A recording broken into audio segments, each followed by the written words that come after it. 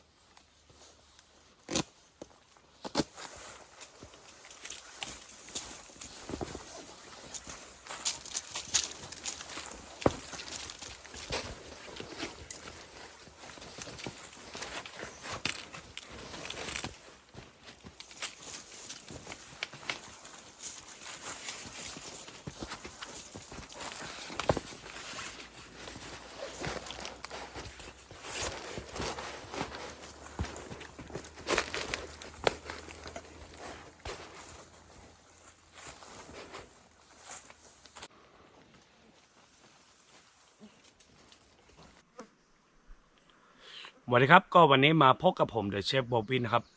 ตอนนี้นะครับผมเข้าป่านะครับกับเขาดำนะครับก็จะมาพูดเพลงที่เดิมนะครับที่เคยมีก่อนหน้านั้นนะครับผมเคยมาพักที่นี่หนึ่งครั้งนะครับ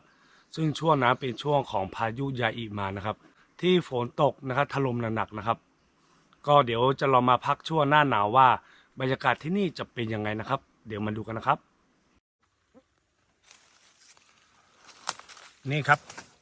ตรงนี้ก็ยังดีอยู่นะครับที่ของเขาดำนะครับก็เดี๋ยวผมจะผูกเปลเหมือนเดิมนะครับตรงนี้เลยนะครับ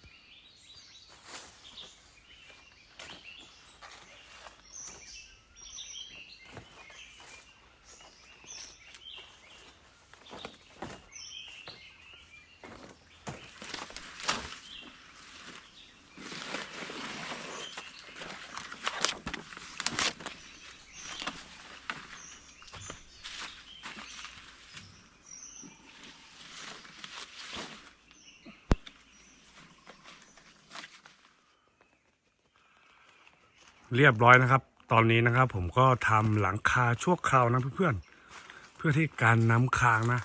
แต่ว่าจริงๆแล้วข้างบนที่นี่นะครับมันก็จะมีใบไม้อยู่นะครับ แต่ผมกางไว้นิดหน่อยก็จะดีนะครับนี่ก็คือผมแล้วก็เขาดำนะครับส่วนที่ก่อไฟนี้ผมไม่ได้กางน้ำค้างนะครับก็ประมาณนี้นะครับผม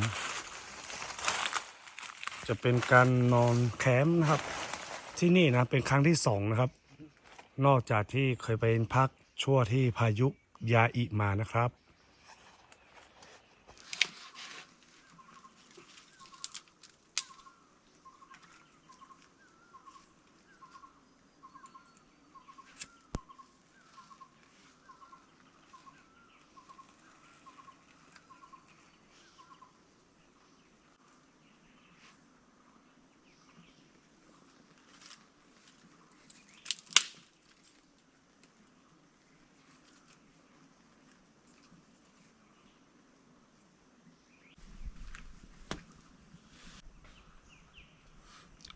ตอนนี้นะครับผมก็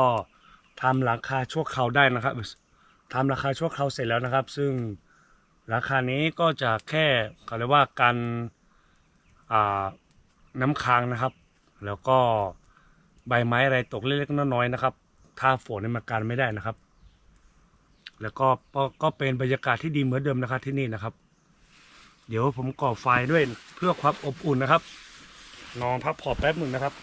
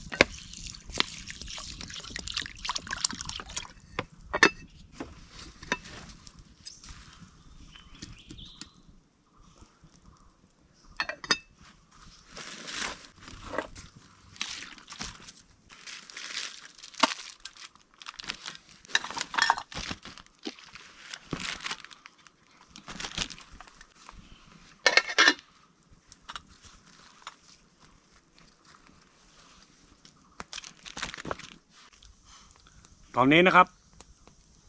เดี๋ยวผมจะทำอาหารกินนะเพื่อนๆครับเดี๋ยวมาดูกันว่าผมจะทำอะไรกินนะครับ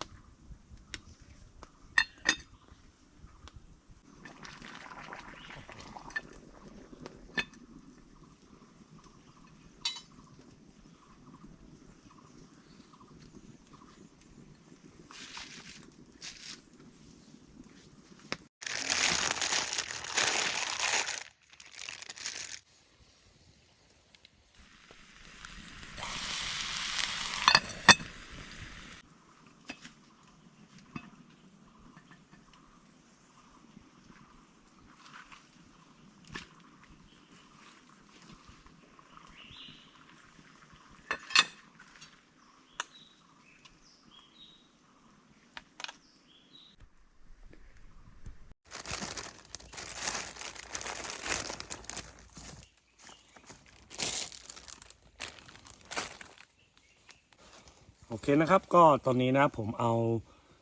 เนื้อควายมานะเพื่อนๆครับซึ่งจะมาลาบแบบง่ายๆนะครับก็ใช้อะไรต่างๆนะครับอันดับแรกนะผมจะซอยผักชีฝรั่งนะครับ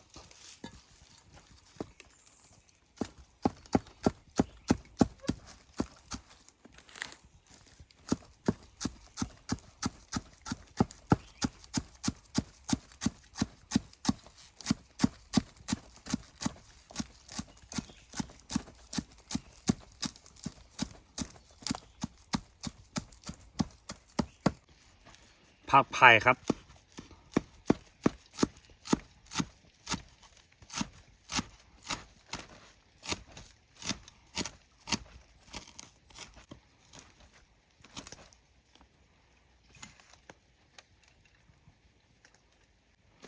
สาระแหน่ครับผม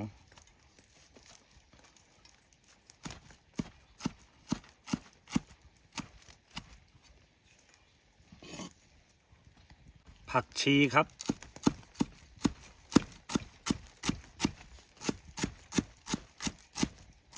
หอมแดงครับ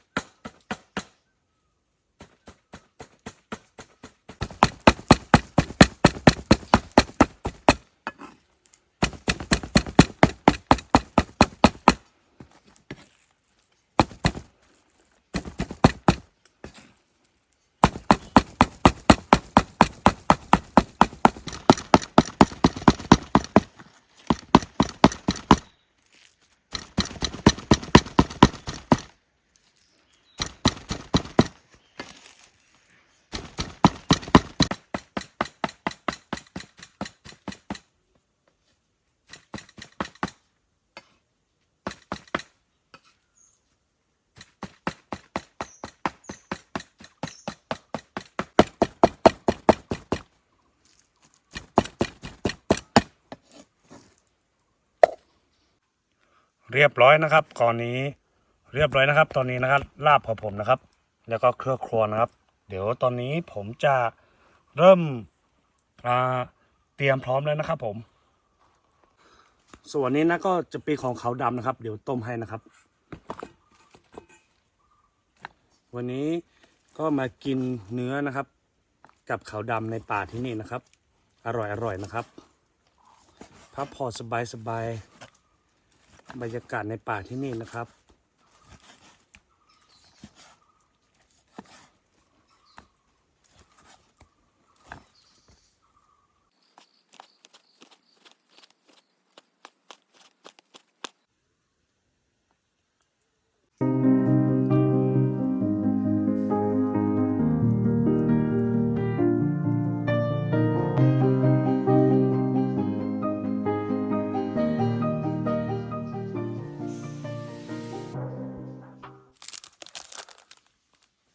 อันนี้ผมจะไม่กินดิบนะครับผมก็จะ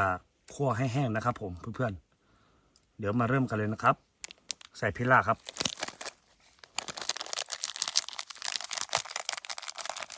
ใส่หมดเลยนะครับผมใส่ผงชูรสครับ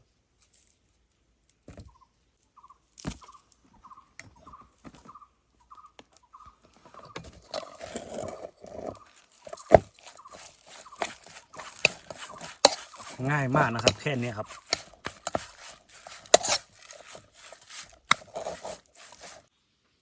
หอมแดงครับ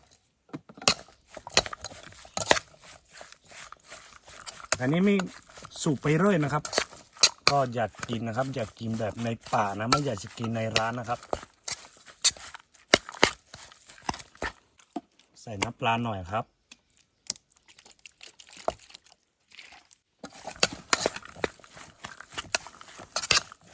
เดี๋ยวพริกเนี่ยจะต้องเติมอีกหน่อยนะครับเพราะว่าให้แบบเผ็ดๆเลยนะครับ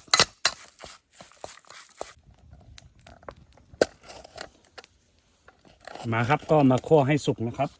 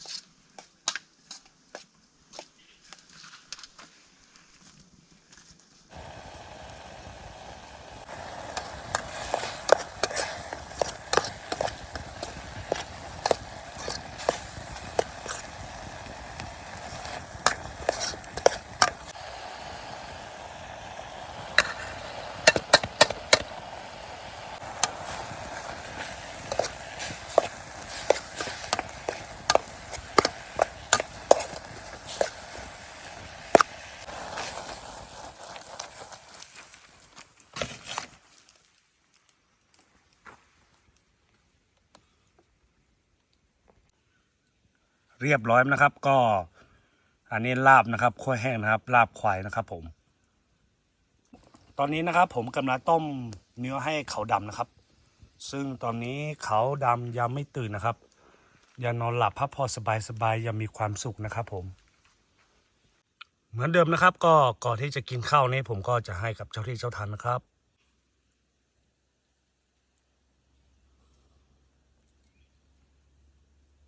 มาครับผมก็วันนี้นะผมจะกินข้าวกับเจ้าเขาเจ้าดำ1 วันนะครับ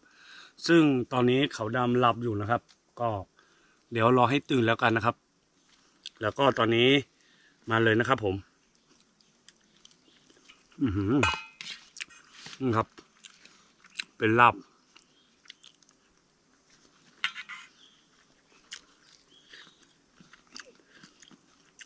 อันนี้ข้าวนึ่งนะครับแต่ว่าหุงแล้วมันแฉะ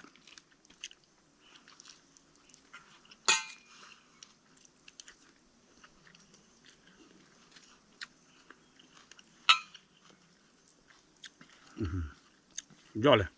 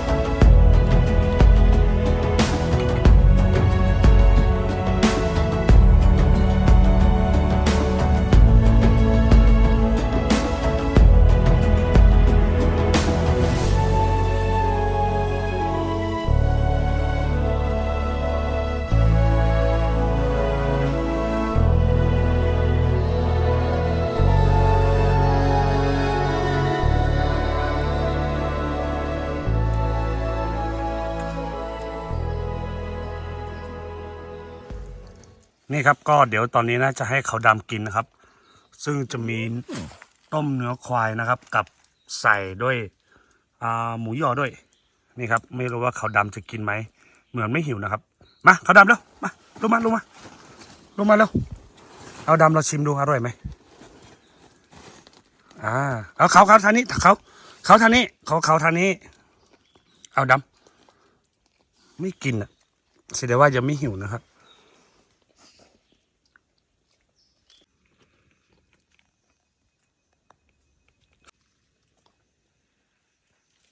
โอเคนะครับก็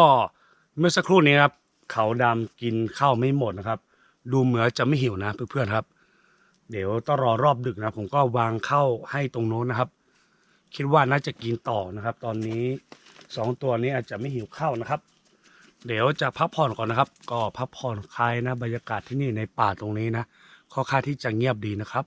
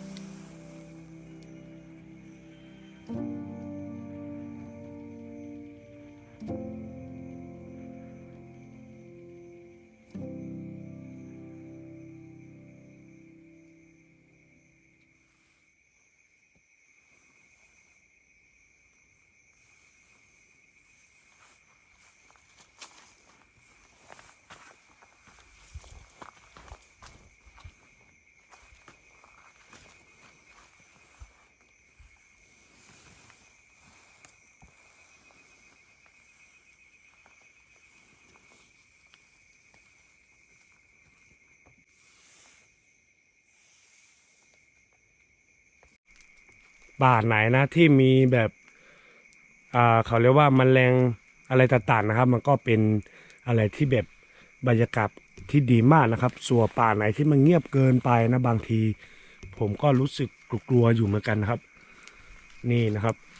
เดี๋ยวจะสำรวจรอบๆที่นี่ก่อนนะครับก่อไฟตรงนี้ไว้ทำไมถึงผมเอาราคาแค่นี้เพราะว่าผมจะให้ที่ก่อไฟนะไม่ต้องไปอบผมนะครับสบายๆเขาดำนี่ก็มีผ้าห่มแล้วก็มีผ้าปูที่นอน2 แผ่นนะครับสบายครับนี่เลยมันเป็นการนอนเปลสบายนะครับรอบๆนี้ก็จะเต็มไปด้วยป่าทึบหมดเลยนะครับซึ่งหลายๆท่านนะครับถ้าชอบบรรยากาศอย่างนี้นะลองเดินป่าดูนะครับแล้วก็ถ้าไปได้นะครับก็อยากจะให้เดินไป2 คนขึ้นไปนะครับถ้าเดินคนเดียวถ้าไม่ชำนาญป่าถ้าไม่มีประสบการณ์นี่ผมก็ไม่แนะนำให้เดินป่าคนเดียวนะครับ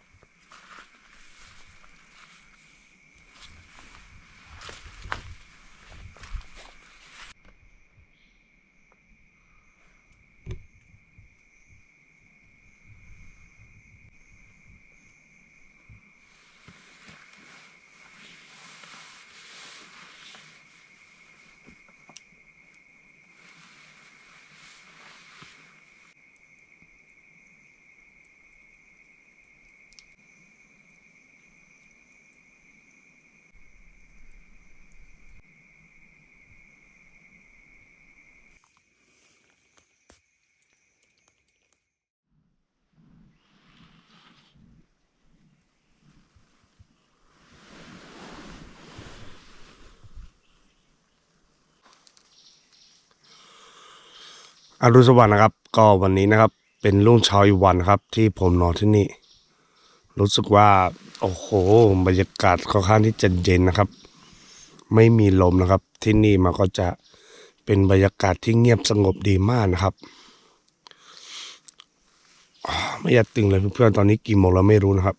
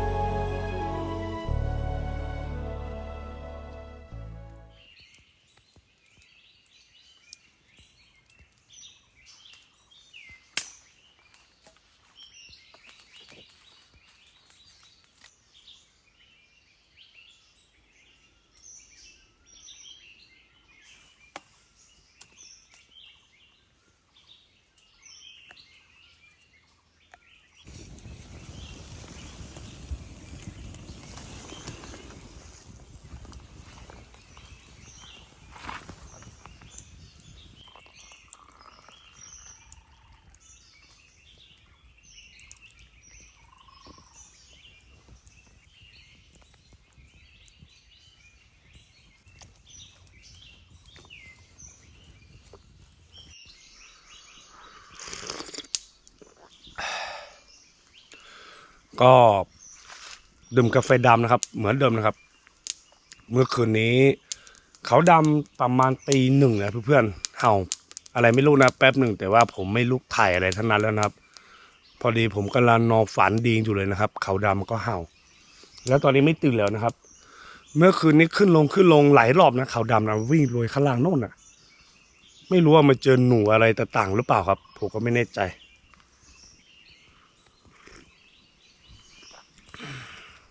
ก็เดี๋ยวบรรยากาศวันนี้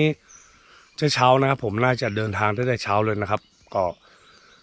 ฝากกดไลค์กดแชร์กดติดตามด้วยนะครับเดี๋ยวผมกับเขาดำก็จะร่ำลาการเช้าวันนี้นะครับกาแฟดำนะครับผม